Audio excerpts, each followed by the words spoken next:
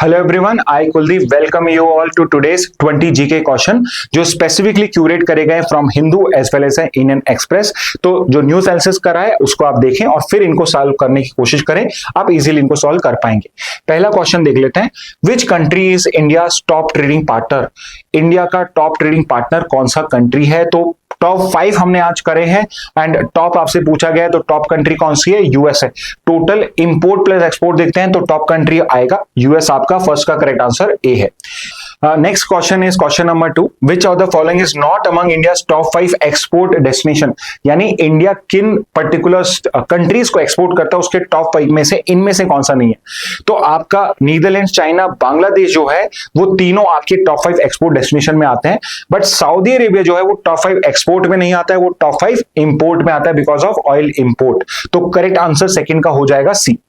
Next पे आते हैं, which of the following countries is a major source of India's crude oil imports.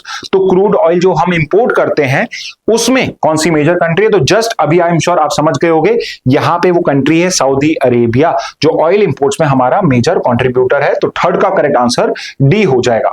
Next पे आते हैं, what does GM in GM crop stand for. तो बहुत इजी सा क्वेश्चन है आपके लिए, जीएम का फुल फॉर्म क्या होता है? तो यहां पे दो दिख रहे हैं, अगर आपको जेनेटिक भी पता है, बट एम क्या है? मॉडिफाइड है, मॉड्यूलेशन है। तो जीएम का फुल फॉर्म होता है जेनेटिकली मॉडिफाइड इन जीएम क्रॉप्स। ओके, तो ये चीज याद कर लेना। फोर्थ का सी हो जाएगा। एक और मैं आपको एक सिंपल सी ट्रिक बताता हूं, वैसे तो कोई ट्रिक नहीं है, कॉमन सेंस है। ये आपको बहुत हेल्प करेगी कि जब भी ऐसे फुल फॉर्म्स आए, अगर आपको वो फुल फॉर्म पता है तो माय सजेशन वुड बी कि आप बिना ऑप्शंस को देखे एक बार जीएम का जैसे फुल फॉर्म सोचने की कोशिश करें, बिकॉज उससे क्या होगा, कई बार क्या होता है कि जब आप ऑप्शन पढ़ लेते हैं तब आपको कंफ्यूजन होता है, ऑल्दो आपको याद होगा। तो इसलिए आप जो भी है एक बार का मेंटली उसको एक बार याद करने की कोशिश करिए। यूजुअली अगर लंबा है तो जरूर से याद करिए। जैसे ट्रिप्स का फुल फॉर्म क्या होता है, तो एक क्वेश्चन जो आप आंसर कर दीजिए कमेंट बॉक्स में, ट्रिप्स का फुल फॉर्म क्या है। तो अब आप सोच के करेंगे तो आपके लिए वो ज्यादा इजी होगा रेदर देन अगर आपने उसके ऑप्शन देख लिए तो शायद आप कंफ्यूज भी हो सकते हैं। ओके, तो फोर्थ का करेक्शन है, करेक्ट आंसर है सी। फिफ्थ पे आते हैं, which of this countries not among India's top 5 trading partners. इनमें से कौन सी कंट्री है जो टॉप 5 ट्रेडिंग पार्टनर्स में नहीं आता है? तो चाइना, सऊदी अरेबिया, रशिया, ये सब हमारे टॉप 5 ट्रेडिंग पार्टनर्स में है, but Japan is not one of the top 5 trading partners. Fifth का करेक्ट आंसर ए हो जाएगा। नेक्स्ट पे आते हैं, what is the total allocation under RDI scheme. तो रिसर्च डेवलपमेंट की जो स्कीम अभी लॉन्च करी गई है उसका टोटल एलोकेशन क्या है? तो उसका एलोकेशन है बहुत हाई है, 1 लाख करोड़ रुपीस का। तो प्राइवेट सेक्टर को हम लो कॉस्ट लोन प्रोवाइड करेंगे इसके अंदर में। तो 6 का करेक्ट आंसर है सी। नेक्स्ट पे आते हैं, which body will act as a custodian and dispersing authority for RDI funds. तो ये जो पर्टिकुलर आरडीआई फंड्स को कस्टोडियन कौन है, इसको डिस्ट्रीब्यूट कौन करेगा? तो यहां पे इस इंपॉर्टेंट ऑर्गेनाइजेशन को भी हमने कवर करा है और वो ऑर्गेनाइजेशन है ANRF, और रिसेंटली इसको ही हमने अभी स्टैब्लिश करा है।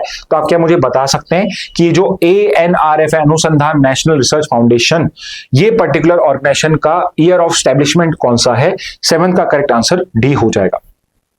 नेक्स्ट पे आते हैं, under which ministry does the ANRF जो है ये किस मिनिस्ट्री के अंदर में आता है?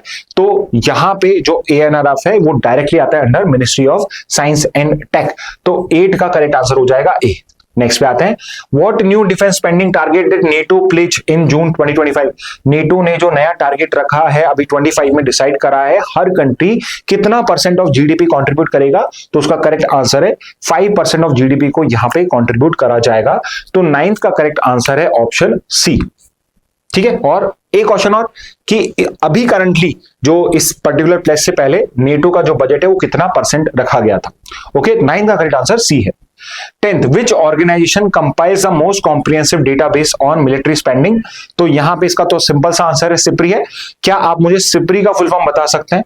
If possible try to find out UNCTAD IMF WHO। I hope ये पता होगा। तो UNCTAD का और बता दीजिए वो क्या है? सिप्री और UNCTAD का करेक्ट आंसर 10th का है बी।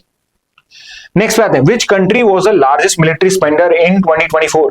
तो ये जो चारों कंट्रीज हैं ये आप देख सकते हो, ये टॉप 5 में आते हैं आपके, और इसमें से सबसे बड़ा मिलिट्री स्पेंडर कौन है? तो वो है आपका यूएस। तो 11th का correct answer D. 12th, which country opposed NATO's 5% defense spending target, citing welfare concern? So out of these 4 European countries, one country has decided that it is not going to increase its military budget to 5% and it is going to continue with the 2% GDP target because it says that it is enough for its military expenditure. और यहां पे हम बात कर रहे हैं country of Spain की, तो 12th का करेक्ट आंसर हो जाएगा ऑप्शन बी। नेक्स्ट पे आते हैं, विच सर्वे डिड परख आरएस रिप्लेस? तो आपका जो परख आरएस राष्ट्रीय सर्वेक्षण जो हमने करा है, ये किस सर्वे को रिप्लेस कर रहा है? तो ये रिप्लेस कर रहा है एनएएस सर्वे को। तो यहां पे भी 2 है, नेशनल अचीवमेंट है, नेशनल असेसमेंट है, कौन सा सही है? इसीलिए मैं कह रहा हूं कि अगर आपको पता है कोई आंसर तो ट्राई करिए रिकॉल करने का। इसका करेक्ट आंसर है नेशनल अचीवमेंट सर्वे, तो 13 का करेक्ट आंसर हो जाएगा D. Next question, who conducted the परख आरएस सर्वे 2024? तो जो ये परख आरएस सर्वे है, ये किसने कंडक्ट कराया था 2024 में? So this is basically conducted by ministry of education, तो 14 का करेक्ट आंसर है ऑप्शन ए। नेक्स्ट पे आते हैं, which state top the performance chart in the परख आरएस 2024? किस स्टेट ने यहां पे परफॉर्मेंस चार्ट को टॉप किया है परख आरएस के अंदर में? तो एक ही स्टेट मैंने आपको याद करने की बोली थी जिसने टॉप करा है, वो है पंजाब यहां पे, तो 15 का करेक्ट आंसर होगा सी। नेक्स्ट पे आते हैं, the Eklavya model residential school scheme was launched by which ministry? तो एकलव्य रेसिडेंशियल स्कूल किस मिनिस्ट्री का पर्टिकुलर प्रोजेक्ट है? तो ये आपका स्कीम है under ministry of tribal affairs. 16 का correct answer option A. 17, what does CBAM stand for? CBAM का फुल फॉर्म क्या है?